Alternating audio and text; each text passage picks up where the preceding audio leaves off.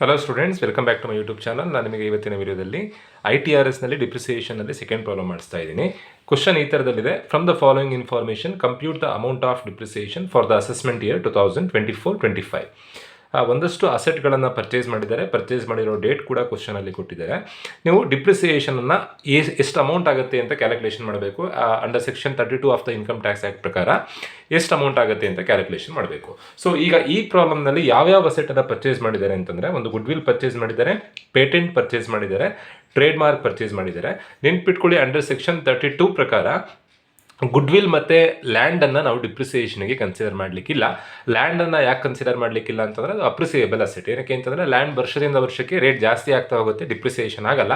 ಗುಡ್ವಿಲನ್ನು consider ಮಾಡಲಿಕ್ಕಿಲ್ಲ under section 32 ಪ್ರಕಾರ. ಇವೆರಡನ್ನು ನೆನ್ಪಿಟ್ಕೊಳ್ಬೇಕು, land ಮತ್ತು ಗುಡ್ವಿಲ್ಲನ್ನು. ಬಟ್ ಲ್ಯಾಂಡ್ ಆ್ಯಂಡ್ ಬಿಲ್ಡಿಂಗನ್ನು ಕನ್ಸಿಡರ್ ಮಾಡ್ತೀವಿ ನಾವು ಡಿಪ್ರಿಸಿಯೇಷನ್ಗೆ. ಬಿಲ್ಡಿಂಗ್ ವ್ಯಾಲ್ಯೂ ವರ್ಷದಿಂದ ವರ್ಷಕ್ಕೆ ಕಮ್ಮಿ ಆಗ್ತಾ ಹೋಗುತ್ತೆ, ಬಟ್ ಲ್ಯಾಂಡ್ ವ್ಯಾಲ್ಯೂ ಯಾವಾಗಲೂ ಜಾಸ್ತಿ ಆಗ್ತಾ ಹೋಗುತ್ತೆ. ಹಾಗಾಗಿ ಲ್ಯಾಂಡನ್ನು ನಾವು ಡಿಪ್ರಿಸಿಯೇಷನ್ಗೆ ಕನ್ಸಿಡರ್ ಮಾಡಲಿಕ್ಕಿಲ್ಲ, ಜೊತೆಗೆ ಗುಡ್ವಿಲನ್ನು ಕನ್ಸಿಡರ್ ಮಾಡಲಿಕ್ಕಿಲ್ಲ. ಸೊ ಈ ಪ್ರಾಬ್ಲಮ್ನಲ್ಲಿ ಗುಡ್ವಿಲ್ ಕೊಟ್ಟಿದ್ದಾರೆ. ಗುಡ್ವಿಲನ್ನು ಕ್ಯಾಲ್ಕುಲೇಷನ್ಗೆ ಕನ್ಸಿಡರ್ ಮಾಡೋದು ಬೇಡ. ಯಾವ್ಯಾವ ಅಸೆಟನ್ನು ಪರ್ಚೇಸ್ ಮಾಡ್ತಾ ಇದ್ದಾರೆ? First one, purchase of goodwill.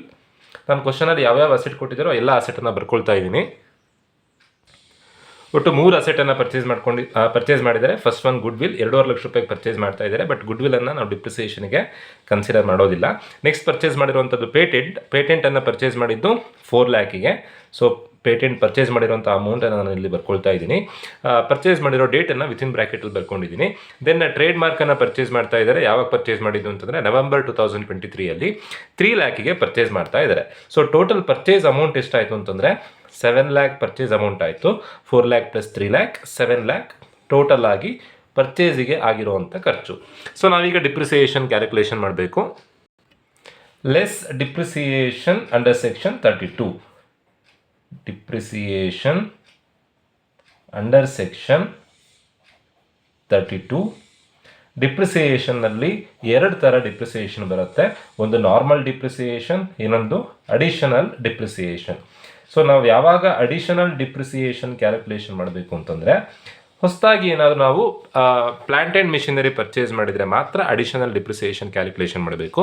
But ಈ ಪ್ರಾಬ್ಲಮ್ನಲ್ಲಿ ಯಾವುದೇ ಥರ ಪ್ಲಾಂಟ್ ಆ್ಯಂಡ್ ಮಿಷನರಿಯನ್ನು ಅಡಿಷನಲ್ ಆಗಿ ಪರ್ಚೇಸ್ ಮಾಡ್ತಾ ಇಲ್ಲ. ಸೊ ಹಾಗಾಗಿ ಅಡಿಷನಲ್ ಡಿಪ್ರಿಸಿಯೇಷನ್ ಬರಲ್ಲ. ಓನ್ಲಿ ನಾರ್ಮಲ್ ಡಿಪ್ರಿಸಿಯೇಷನ್ ಕ್ಯಾಲ್ಕುಲೇಷನ್ ಮಾಡಿದ್ರೆ ಆಯಿತು.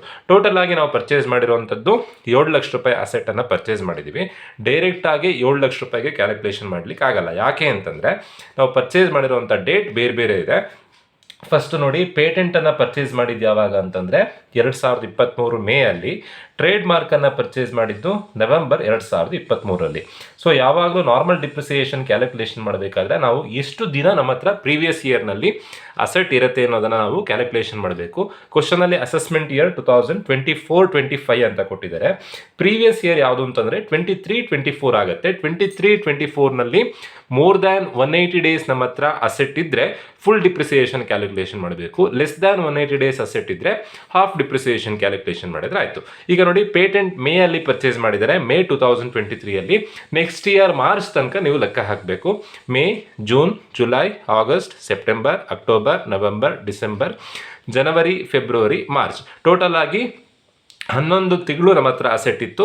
ಸೊ ಮೋರ್ ದ್ಯಾನ್ 180 ಡೇಸ್ ಇದೆ. ಸೊ ಹಾಗಾಗಿ ಫುಲ್ ಡಿಪ್ರಿಸಿಯೇಷನ್ ಕ್ಯಾಲ್ಕುಲೇಷನ್ ಮಾಡಬೇಕು. ಅಮೌಂಟ್ ಎಷ್ಟಿದೆ? 4 ಲ್ಯಾಕ್ ಅಮೌಂಟ್ ಇದೆ. ರೇಟ್ ಆಫ್ ಡಿಪ್ರಿಸಿಯೇಷನ್ ಕ್ವಶನಲ್ಲಿ ಕೊಟ್ಟಿದ್ದಾರೆ. Rate of depreciation 25%. 4 ಲ್ಯಾಕಿಗೆ 25% ಮಾಡಿದಾಗ 25×4 100 1 ಲಕ್ಷ ರೂಪಾಯಿ ಬರುತ್ತೆ. 4 lakh into 25%, answer is 1 lakh. Then ಅದೇ ಥರನೇ ಟ್ರೇಡ್ ಮಾರ್ಕಿಗೂ ಡಿಪ್ರಿಸಿಯೇಷನ್ ಕ್ಯಾಲ್ಕುಲೇಷನ್ ಮಾಡಬೇಕು. ಟ್ರೇಡ್ ಮಾರ್ಕ್ ಕ್ವಶನಲ್ಲಿ ಕೊಟ್ಟಿರುವಂಥ amount 3 lakh. But depreciation calculation ಮಾಡೋದಕ್ಕಿಂತ ಮುಂಚೆ ಎಷ್ಟು ದಿನ ನಮ್ಮ ಹತ್ರ ಅಸೆಟ್ ಇರುತ್ತೆ ಅಂತ ಕೌಂಟ್ ಮಾಡಬೇಕು. ಪರ್ಚೇಸ್ ಮಾಡಿದ್ದು ನವೆಂಬರ್ 2023 ನವೆಂಬರ್, ಡಿಸೆಂಬರ್, ಜನವರಿ, ಫೆಬ್ರವರಿ, ಮಾರ್ಚ್. ಟೋಟಲ್ ಆಗಿ ನಮ್ಮ ಹತ್ರ 5 ತಿಂಗಳು ಅಸೆಟ್ ಇರುತ್ತೆ. ನವೆಂಬರಿಂದ ನೆಕ್ಸ್ಟ್ ಇಯರ್ ಮಾರ್ಚ್ ತನಕ ಕೌಂಟ್ ಮಾಡಬೇಕು. ನವೆಂಬರ್, ಡಿಸೆಂಬರ್, ಜನವರಿ, ಫೆಬ್ರವರಿ, ಮಾರ್ಚ್. ಏನಕ್ಕೆ ಮಾರ್ಚ್ ತನಕನೇ ಕೌಂಟ್ ಮಾಡಬೇಕು? ಟ್ಯಾಕ್ಸ್ನಲ್ಲಿ ಅಸೆಸ್ಮೆಂಟ್ ಇಯರ್ ಮುಗಿಯೋದು ಯಾವಾಗ? ಏಪ್ರಿಲಿಂದ ಸ್ಟಾರ್ಟ್ ಆಗುತ್ತೆ, ಮಾರ್ಚಿಗೆ ಮುಗಿಯುತ್ತೆ. ಸೊ ಮಾರ್ಚ್ ತನಕ ಕೌಂಟ್ ಮಾಡಬೇಕು. ನವೆಂಬರ್, ಡಿಸೆಂಬರ್, ಜನವರಿ, ಫೆಬ್ರವರಿ, ಮಾರ್ಚ್ ಅಂದರೆ 5 ತಿಂಗಳು ನಮ್ಮ ಹತ್ರ ಅಸೆಟ್ ಇರುತ್ತೆ.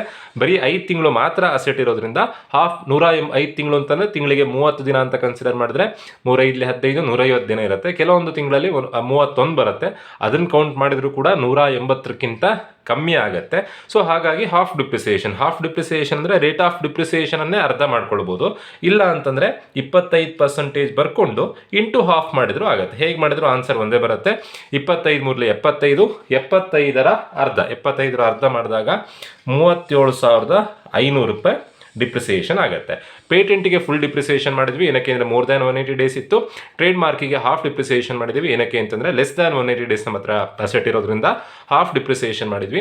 ಅಡಿಷನಲ್ ಡಿಪ್ರಿಸಿಯೇಷನ್ ಈ ಪ್ರಾಬ್ಲಮಿಗೆ ಬರಲ್ಲ. ಯಾಕೆ ಅಂತಂದರೆ ನ್ಯೂ ಮೆಷಿನರಿಯನ್ನು ಪರ್ಚೇಸ್ ಮಾಡಲಿಲ್ಲ, ಹಾಗಾಗಿ ಅಡಿಷನಲ್ ಡಿಪ್ರಿಸಿಯೇಷನ್ ಬರಲ್ಲ. So return down value at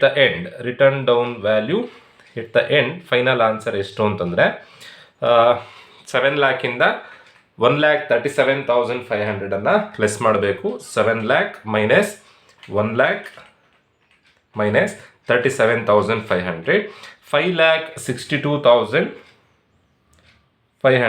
return down value at the end ಆಗುತ್ತೆ. ಡಿಪ್ರಿಸಿಯೇಷನ್ ಅಮೌಂಟ್ ಫೈಂಡ್ ಔಟ್ ಮಾಡಿ ಅಂತ ಕೊಟ್ಟಾಗ ಈ ಪ್ರಾಬ್ಲಮಲ್ಲಿ ಏನು ಫೈಂಡ್ ಔಟ್ ಮಾಡಲಿಕ್ಕೆ ಕೊಟ್ಟಿದ್ದಾರೆ? Compute the amount of depreciation.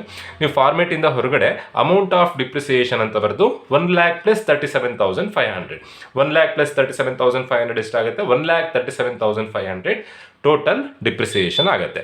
Hope ಎಲ್ರಿಗೂ ವಿಡಿಯೋ ಅರ್ಥ ಆಗಿದೆ ಅಂತ ಅನ್ಕೊಳ್ತಾ ವಿಡಿಯೋ ಮುಗಿಸ್ತಾ ಇದ್ದೀನಿ. Thank you.